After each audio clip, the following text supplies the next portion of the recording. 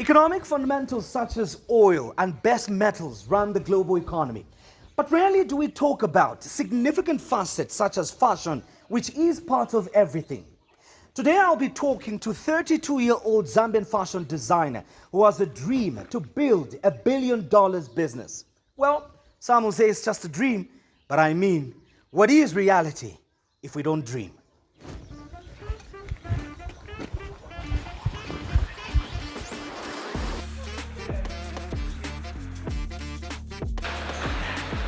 You're welcome. Thank you. The studio. Thank you very much. Beautiful place you have here, huh? Thank you. Okay. So actually, this Interesting. everything in this house Uh, I handmade myself. wow. So I've just seen that there's quite a lot, this house is, creativity is everywhere, but what has caught my interest is this one here. What's with the broken mirrors and everything here? This piece here is the centerpiece of this house. So I am that broken mirror. Okay. We're not broken. We're happy. Yeah. So I am the broken mirror, and then my mother, the good in me, the beauty in me, is the light around that was shaped in the map of Zambia. But because of the statue, but I am the mirror that's broken, and the light and the good people see around me is because I am a product of Mother Zambia outside. Interesting, eh? Interesting details.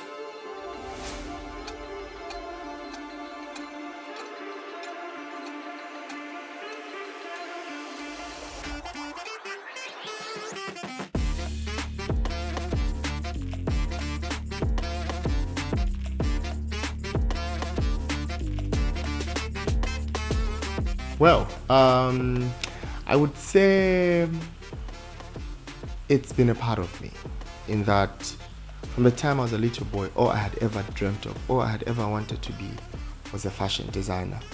I didn't know how to go about it. I didn't even know that a fashion designer was called a fashion designer. I didn't know. But all I ever did as a kid was sit down, sew. If it was tiny little pieces for dollies for the girls in the neighborhood to sell to, it was okay. But all the satisfaction of just sitting, touching fabric and pricking a needle in it, that had been my go-to happy place.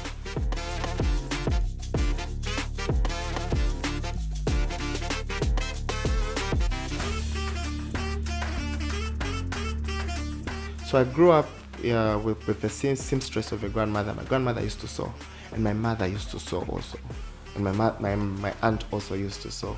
So that whole environment of having to see people sewing naturally drew me closer to sewing.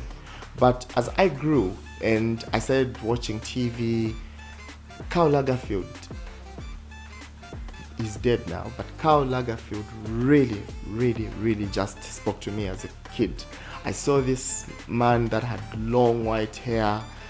He always wore glasses and wearing these suits that just made him look a certain type of way.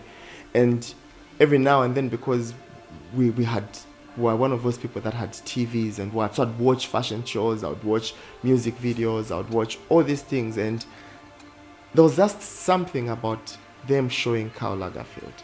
And then as I grew older and I stumbled across Alexander McQueen, I just went crazy there. I was like, pamanja fanzaka designer. But when I come back home to Zambia, Mikle Banda. Mikle, for me, is the greatest designer we've ever had. We just don't know where he is. We lost him. I don't know how. But that man was talented. When that man, back in the day, in the early 2001s, 1998s, whatever little fashion situation was going on around, whatever you'd see, and then we used to depend on newspapers, the Post. My dad used to buy the Post a lot. And when you go to the fashion segment and all of that, there was a lot of Mikle's work, and I remember being in grade 5 and writing to the Education Post that I want to be a fashion designer. I drew little sketches and what, and then lo and behold, Fair Designs came. She just changed the game. And right there and then when I saw what she was doing, and with her she came with magazines now because we were advancing. Inzi had come in. It was, for me, it's been a beautiful experience seeing all these Zambians evolve and walk around the fashion industry, because it is one industry that has not really been appreciated to the fullest in our country. And for me, that was inspirational.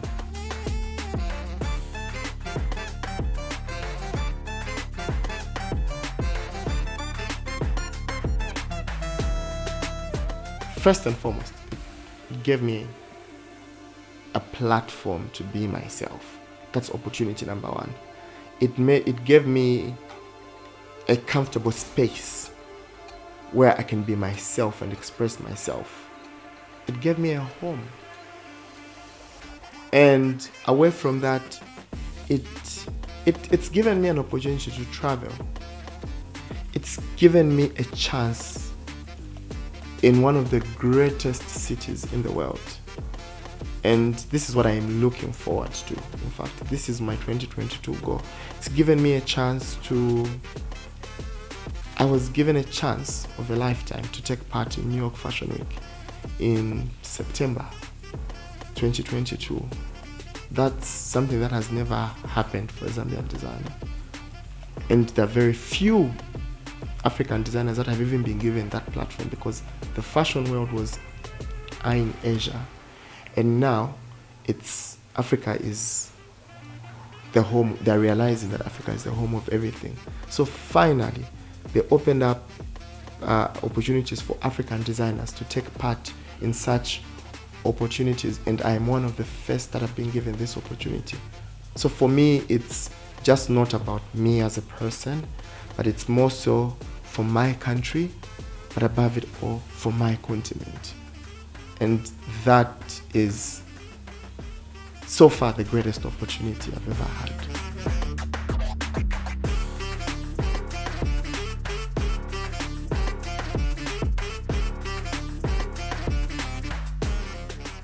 At this juncture, I need as much help and support as I can get, because this I'm not doing for me. This I'm doing for my community. I'm doing for that young boy who is 12 out there and wants to be a fashion designer, and they're Zambian and they're African.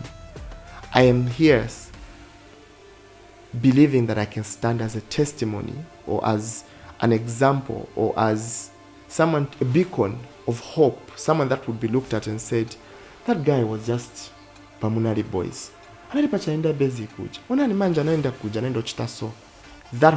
That hope meant for every average person.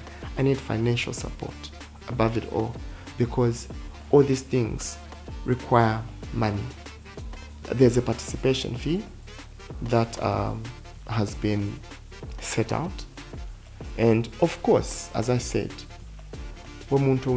there's so much you can do, but sinikwanisa kuli participation fee.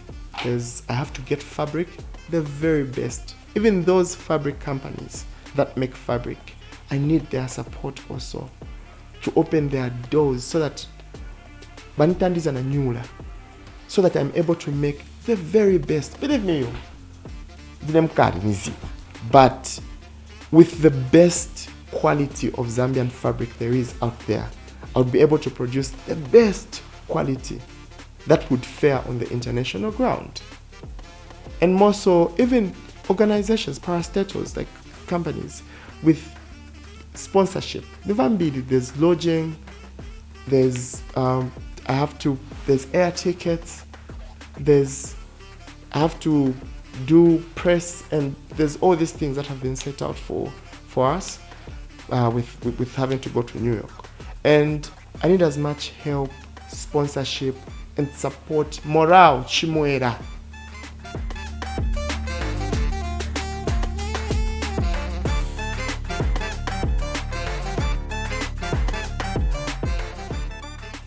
That is my everyday goal, to be able to have my product out there, my product being appreciated by people living in the diaspora, people that have never been to Zambia, people having a Zambian experience just by acquiring a piece of what I have made, and they get to feel what it feels to be here.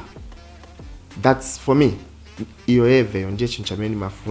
because of that, I've been pushing in a lot of directions. Like I've tried. I was working on a website, and it's done now. Yeah, so I at least so that I could have more people out there get to understand and see what I do. And yeah, but I'm looking forward to such a time.